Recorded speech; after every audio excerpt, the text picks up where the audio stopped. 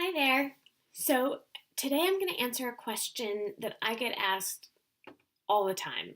Like at least once a week, somebody sends me an email or they pop into the Facebook group and they ask for advice or recommendations about what they should charge for private yoga lessons.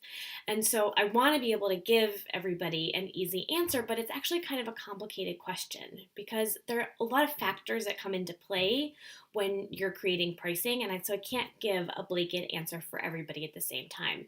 You know, um, Pricing for private yoga lessons will be determined by the cost of living in your area, the amount of training that you have, the amount of teaching experience that you have, and how busy your teaching schedule is.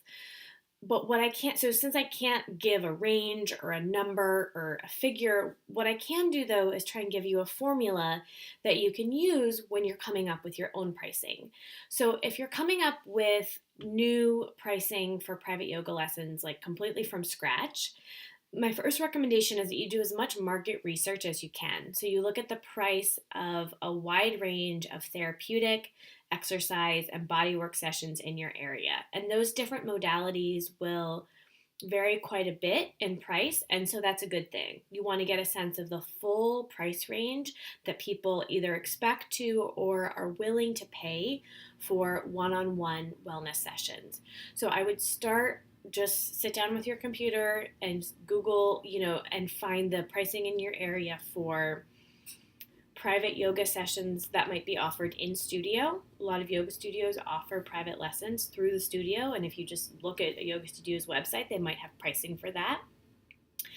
And sometimes they'll also offer services in home, and occasionally they'll have pricing for that as well. So that's obviously a really great indicator of what is sort of expected in your area. I would also just for reference, have a sense of the range that people pay for group yoga classes so that you know sort of what people assume they could pay for group classes so that you get a sense of then how that might impact what they can or would expect to pay for a private yoga lesson.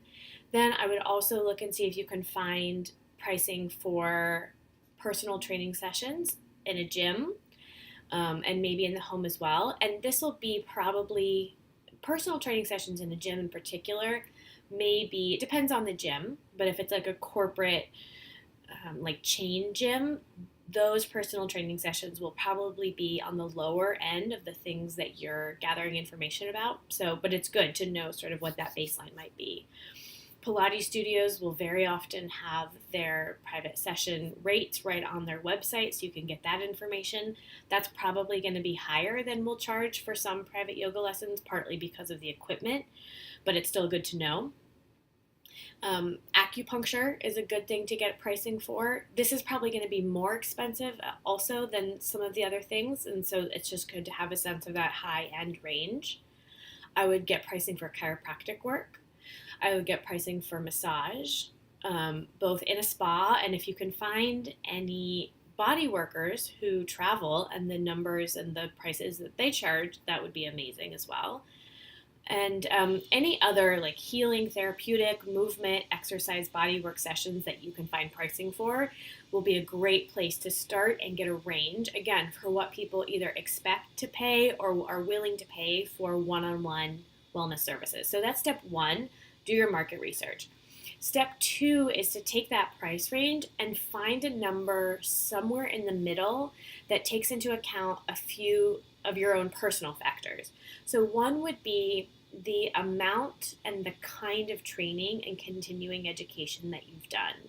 So trainings in therapeutics, anatomy, functional movement, complementary healing modalities in general will often be really useful in work with one-on-one clients and therefore quite valuable and may garner you a higher rate for your private yoga lessons.